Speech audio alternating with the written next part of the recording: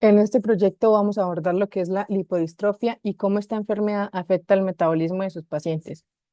Este proyecto se llevó a cabo por Sley Quintanilla, Fabián Villamizar, Paola Chicoque y quien les habla, Wendy Galvis.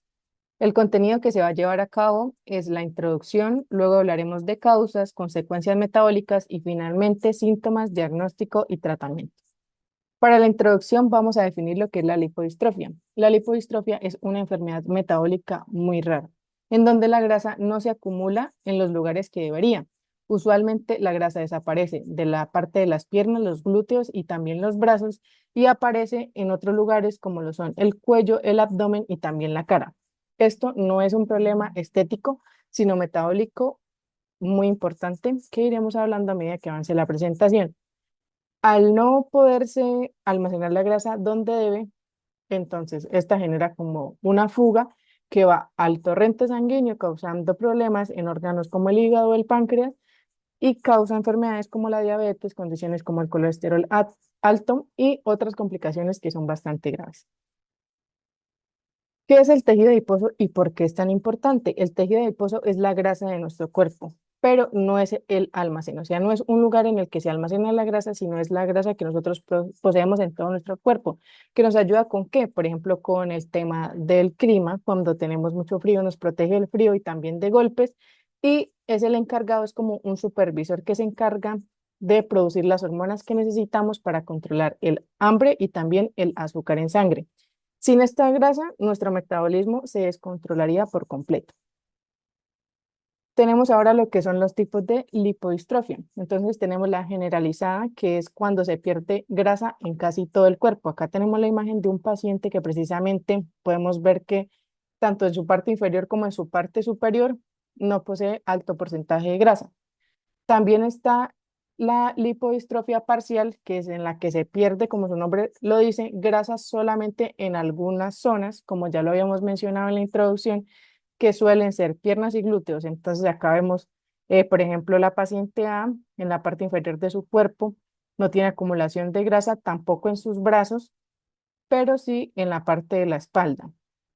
Nos pasa lo mismo con la paciente B. Acá en la paciente C podemos ver cómo se acumula en la parte de la cara la grasa y también en la parte de la espalda. Tenemos dos más que son la congénita y la adquirida. La congénita es de nacimiento. Por herencia se obtiene la enfermedad. Y la adquirida es la que puede aparecer a lo largo de la vida por diferentes cosas. Por ejemplo, por haber tenido una enfermedad o porque algún medicamento no lo haya generado.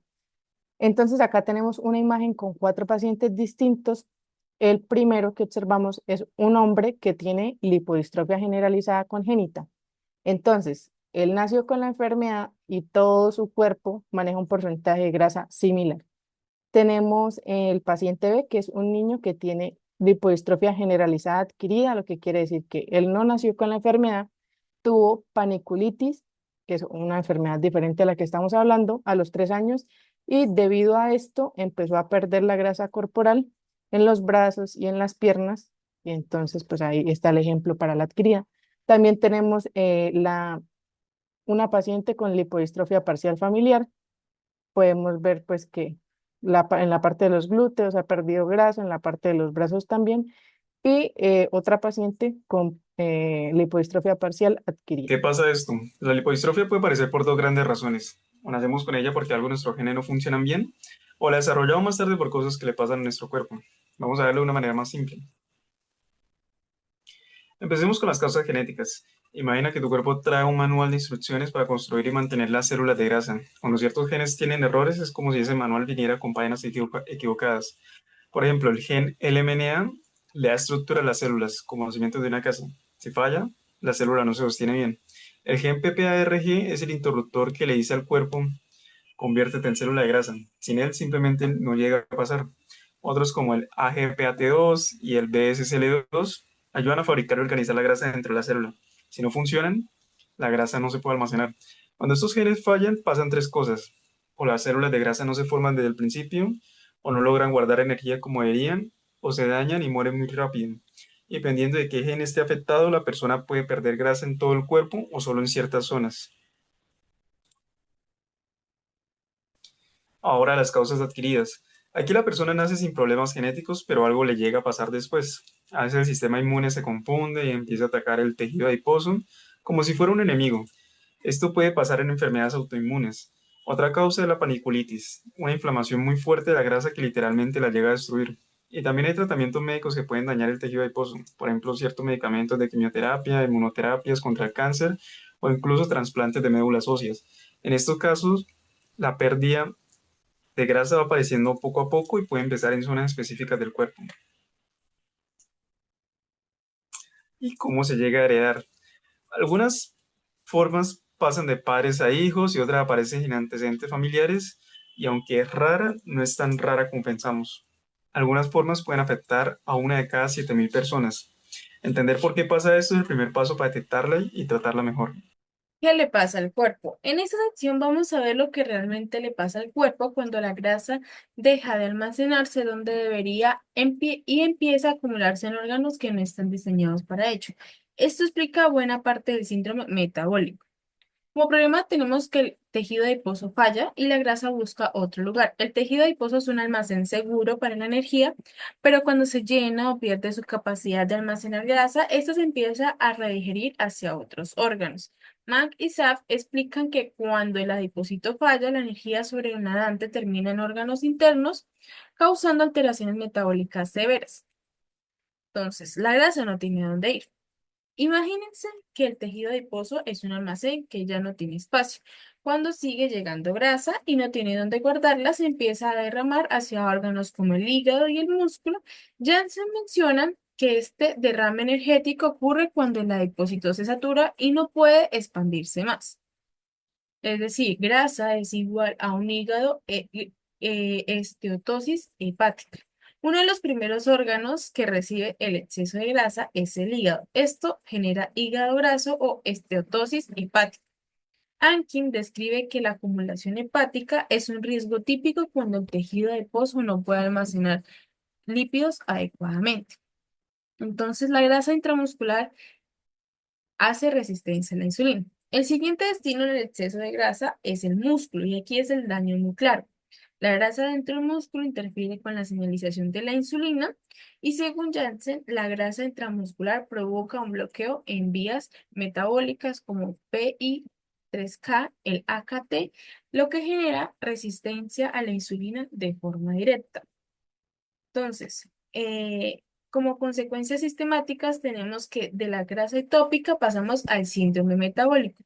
Es decir, cuando juntamos grasa en el hígado, en el músculo y en un tejido adiposo saturado, aparece el síndrome metabólico, triglicéridos altos, el HT bajo, inflamación y diabetes tipo 2. Mack y Saf explican que este fenómeno es el mismo mecanismo que se ve en la lipodistrofia. La incapacidad de almacenar grasa de forma segura desencadena un cuadro metabólico muy parecido.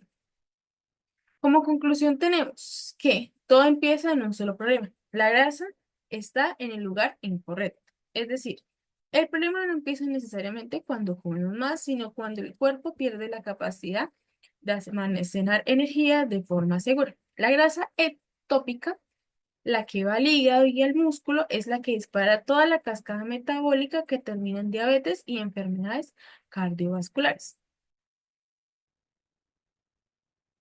En esta parte del video vamos a ver cómo se ve la lipodistrofia, cómo se diagnostica y lo más importante, qué tratamientos existen hoy según las principales guías clínicas. ¿Cómo se ve? Las personas con lipodistrofia muestran patrones muy característicos de pérdida de grasa que cambian según el tipo. Las guías describen que en la lipodistrofia generalizada casi no hay grasa en ninguna parte del cuerpo, los músculos se ven muy marcados, las venas sobresalen y aparecen signos como acantosis nigricans. En cambio, en la lipodistrofia parcial, la grasa se pierde sobre todo en brazos y piernas, pero se acumula en cara, cuello y abdomen, especialmente en mujeres. ¿Cómo se diagnostica? El diagnóstico combina historia clínica, examen físico y examen de laboratorio. Primero se analiza el patrón de pérdida de grasa y los antecedentes familiares. Luego, el examen físico busca distribución de grasa, acantosis nigricans y hepatomegalia. Los exámenes de sangre muestran triglicéridos muy altos, insulina alta, HbA1c elevada y leptina baja. Finalmente, técnicas de imagen como DEXA o resonancia confirman la distribución de grasa.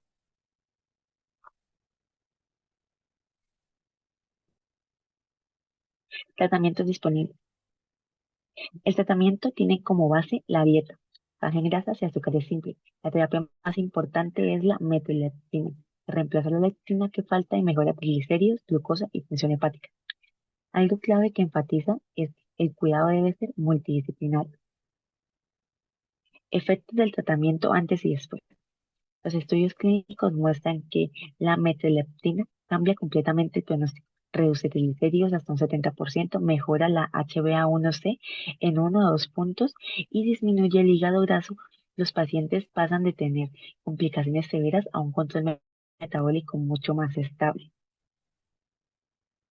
Aunque es una enfermedad rara y compleja, todos los artículos coinciden en lo mismo. Con diagnóstico temprano y tratamiento adecuado, las personas pueden llevar una vida normal y estable. La mayoría responde muy bien a la metilactina, los niveles de triglicéridos mejoran rápidamente y muchos niños y adultos recuperan su energía y su calidad de vida. La investigación sigue avanzando y cada vez hay más opciones terapéuticas y más redes de apoyo. Ahora ya conoces cómo se ve y cómo se diagnostica y cómo se trata la lipodistrofia. Así